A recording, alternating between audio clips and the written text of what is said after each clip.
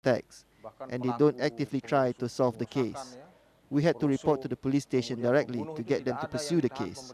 This shows authorities' lack of support and commitment to enforce the law. Mungkinkah kau masih mengharapkanku? 22 Ahmadiyya families now live in this shelter in Lombok's capital, Mataram. Young and old crammed together in fetid makeshift tents.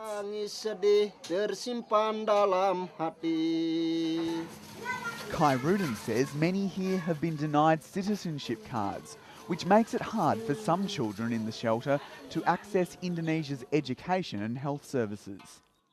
To be honest, we don't like living here, but since this is a matter of defending our faith and beliefs, then we have to accept the conditions. We are forced to accept it.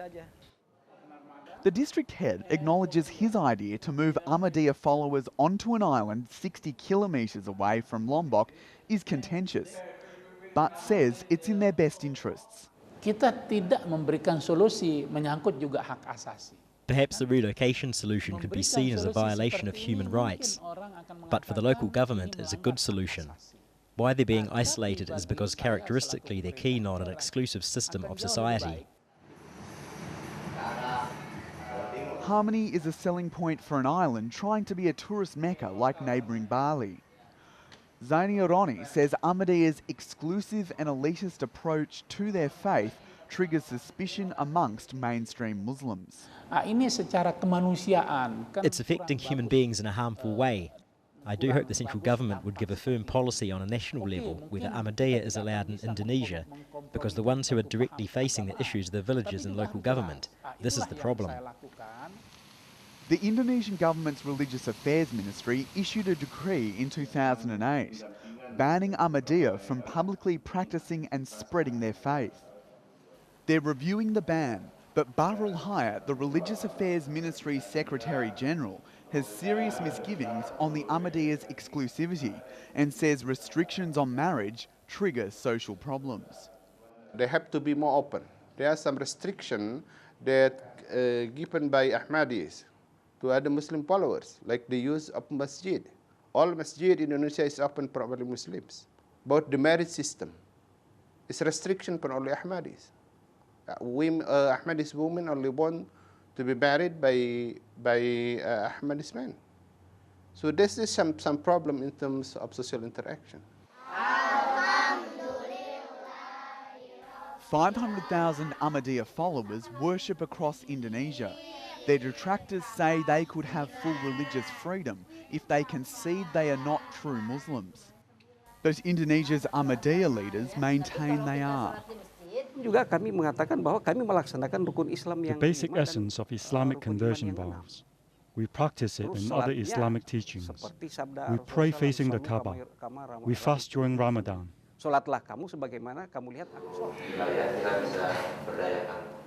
Ahmadiyya's leadership meet once a month in the safety of a compound. Their spokesman says Indonesia should be more open-minded. What we regret is our different interpretations should be talked through a dialogue. It's certainly not going to be resolved by physical attacks. One of Indonesia's most prominent lawyers, Adnan Boyong Nasution, wants to take on Ahmadiyya's case. But that means also taking on Indonesia's mainstream Muslim bodies, who denounce them as heretical. I doubt that they really dare to make a case against those people. I understand why, because they're afraid they became more angry, more aggressive, because they are bigger than Ahmadiyya. It's a very small group. Indonesia's constitution guarantees freedom of religion in a nation where more than 85% of the population are Muslim.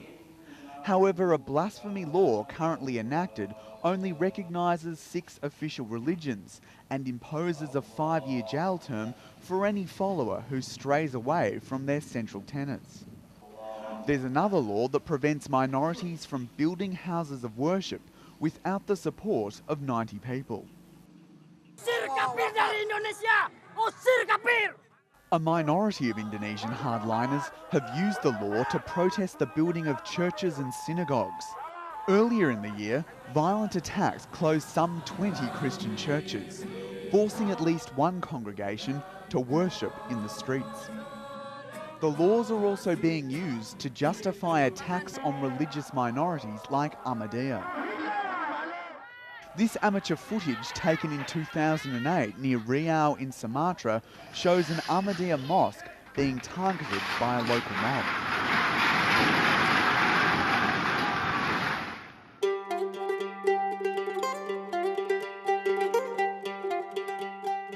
High in West Java's hinterland, larger Ahmadiyya strongholds have also been under attack. Scorched floors and burnt Korans remind the village head Mubarak Ahmed of last September's attack on the mosque, madrasa and surrounding houses.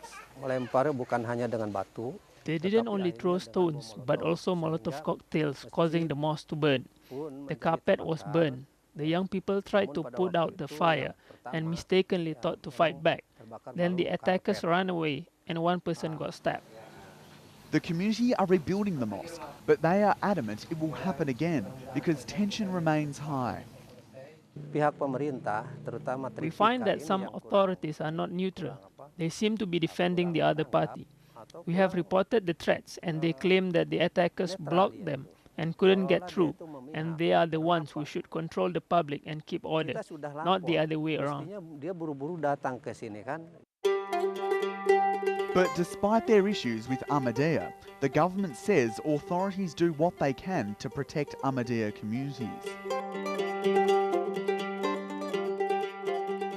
We always ask the police to do what the law have to do to anybody who distract and break the law. But again, sometimes there are some constraint that the police cannot get the very clear and very comprehensive report. Back on the island, Khairuddin has a lot to consider. The group will only get facilities here if they sell their assets.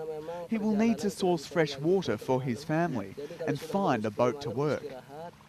But what this island does provide is a safe place to live. Despite the hard times of having to move and having our houses destroyed, it's nothing compared to staying true to our faith. Our relations with God shouldn't be disturbed. Coming up after the break, we ask if religious intolerance is on the rise here in Indonesia. Stay with 101 East. احنا الجزيرة الإنجليزية عم نسأل الناس ليه جايين اليوم. Wherever the news, whatever the story.